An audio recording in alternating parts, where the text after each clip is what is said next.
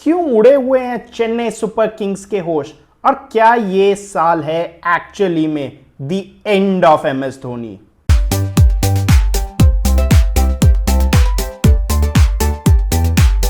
नमस्कार दोस्तों, स्वागत है आपका हमारे अड्डे पर, आपके अड्डे पर जिसका नाम है फुल टॉस बातें विद प्रशांत, जहां आज हम बात करने वाले हैं 5 times IPL winner Chennai Super Kings की। एक ऐसी टीम जिसके सिर्फ फैंस नहीं सर, दीवाने हैं। हर साल लोग दीवानों की तरह माही को देखने आते हैं। पर दोस्तों, दुनिया में 3 चीजें फिक्स्ड हैं। करण जौहर की मूवी में एक नेपो किड, मौत और एमएस का लास्ट सीजन। हर साल फैंस यही सोच के अपने माही का दीदार करने आते हैं, कहीं थाला जा तो नहीं रहे हैं। पर थाला ने भी आईपीएल के इस सवाल को सास बहू का सीरियल बना दिया है। क्लाइमैक्स आता तो है पर खत्म नहीं होता। पर सच ये बात भी है कि सर आईपीएल का तंबू अभी भी 44 साल के माही के बंबू पे खड़ा है। हर साल लाखों फैंस का सैलाब उमड़ता है अपने माही के दीदार के लिए।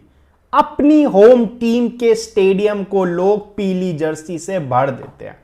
और सर मैंने ये खुद एक्सपीरियंस किया है। फिरोजशाह कोटला हो या मुल्लापुर, राजस्थान का सवाई मानसिंह स्टेडियम हो या लखनऊ का इकाना, सर जहां जहां माही आते हैं आपको 95% सिर्फ और सिर्फ पीली जर्सी मिलती है ग्राउंड में। ये ऑरा है महेंद्र सिंह धोनी का।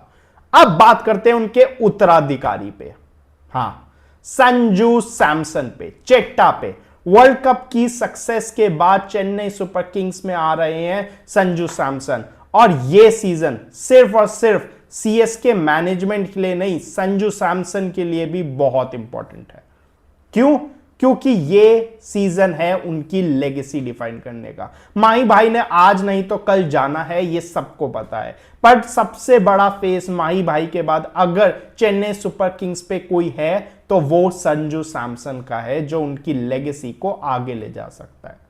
अगर आप बात करें उनकी प्लेइंग 11 की, तो सर एक बहुत बड़ा झटका लगा है जो उनका इस साल का सीजन बिल्कुल शुरू होने से पहले ही खत्म कर सकता है। लास्ट सीजन उन्होंने एक डिसीजन लिया था मथीशा पथिराना को जाने देने का। दे डिसाइडेड कि हम नाथन एलिस के साथ कंटिन्यू करेंगे as compare to Matheesha Pathirana, और सीजन से पहले ही Nathan Ellis has been ruled out of the IPL. जी हां सर, आईपीएल से नाथन एलिस बाहर हो चुके हैं। रिप्लेसमेंट के नाम पे उन्होंने जरूर एक फॉरेनर को लिया है, बट कोई मैच नहीं है। नाथन एलिस का इस समय वर्ल्ड टी20 में बहुत ही कम प्लेयर हैं जो उस कैलिबर के हैं, और जैसे ही नाथन एलिस जाते हैं उनका डेथ ओवर ऑलमोस्ट डन है सर, ऑलमोस्ट डन है। कोई बॉलर नहीं है चेन्नई के पास। खलील अहमद, आपको याद होगा लास्ट ईयर आरसीबी के खिलाफ रोमारियो शेफर्ड ने 32 रन का ओवर दिया था। अंशुल कंबोज इनएक्सपीरियंस्ड है। उनके पास बैकअप में मैट हेनरी है जो कि ऊपर से बॉलिंग डालते हैं। आपके पास जेमी ओवर्टन है जो कि ऊपर से बॉलिंग डालते हैं। सो इस बार इशू होंगे चेन्नई सुपर किंग्स को डेथ के लिए। अगर उनको कोई बचाएगा तो वो उनकी बैटिंग में बचाएगी। Batting is really explosive and destructive of Chennai Super Kings. शुरुआत ऋतुराज गायकवाड़ ने प्रेस कॉन्फ्रेंस मीट में खुद दी है कि ओपनिंग करेंगे संजू सैमसन और ऋतुराज गायकवाड़ खुद। It's one of the most destructive and powerful sir. सिर्फ डिस्ट्रक्शन नहीं होगा, वो एक ऐसी ओपनिंग पार्टनरशिप है जो रन भी बताएगी और साथ ही साथ लंबा खेलने का भी मादा रखती है। स्पिन हो या पेस हो, दोनों को बराबर का ट्रीटमेंट देती है। तीसरे पे आएंगे उभरते हुए आयुष म्हात्रे। आयुष म्हात्रे ने लास्ट सीजन बहुत प्रॉमिस दिखाया था। इस बार इंडिया ने अंडर 19 वर्ल्ड कप जो जीता है वो आयुष म्हात्रे की कैप्टनसी में जीता है।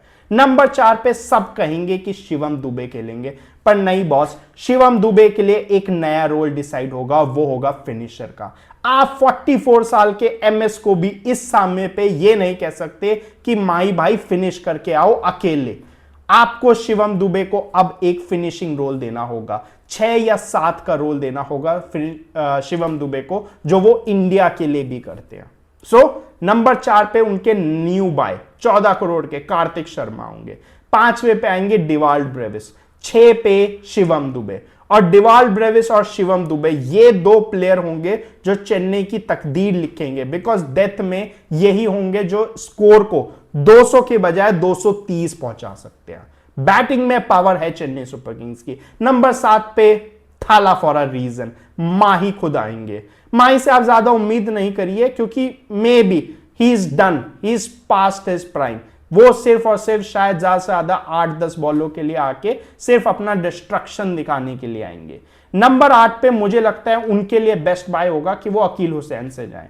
अकील हुसैन स्पिन का आपको अच्छा ऑप्शन देते हैं, पावर प्ले में अच्छी गेंदबाजी कर लेते हैं, जो उनके बॉलर्स को थोड़ा सा डेथ के लिए क्वेश्चन देगा, ऋतुराज गायकवाड़ को एक क्वेश्चन देगा। फिर उनके अगर बॉलिंग की बात करें तो नूर अहमद उनके दूसरे स्पिनर होंगे, फिर खलील अहमद हुए, मैट हेनरी हुए और अंशुल कंबोज हुए। ये उनकी 12 प्लेयर होगी, इंक्लूडिंग दी इंपैक्ट प्लेयर। अब इन इंपैक्ट प्लेयर्स में सबसे इंपैक्टफुल प्लेयर कौन होगा? वो होंगे ऊपर से संजू सैमसन, मिडिल ऑर्डर में शिवम दुबे या डिवाल्ड ब्रेविस, और बॉलिंग में खलील अहमद। खलील अहमद के बाद एक बार फिर मौका होगा एक लेफ्ट आर्म पेसर अपने दम पे अच्छा डिलीवर करने का। लास्ट ईयर उन्होंने ओपनिंग में बहुत अच्छे विकेट लिए थे, पावर प्ले में he had the best strike rate, but death में रन लीक कर रहे थे। और इस साल जैसे ही नाथन एलिस को चोट लगती है, उनको डेथ की रिस्पॉन्सिबिलिटी मिलेगी। सो चेन्नई सुपर किंग्स की अगर आप बैटिंग की बात करें तो I will give them 9 out of 10। Bowling की बात करें तो नाथन एलिस के जाते ही इट्स अ मीडियोकर, 6.5 या 7 सर, मैक्स टू मैक्स। बाकी आप लोगों को क्या लगता है, क्या ये सच में माही का आखिरी सीजन होगा? और क्या माही जाते हुए एक और बार आईपीएल की ट्रॉफी उठा के जाएंगे? कमेंट सेक्शन में जरूर बताइएगा।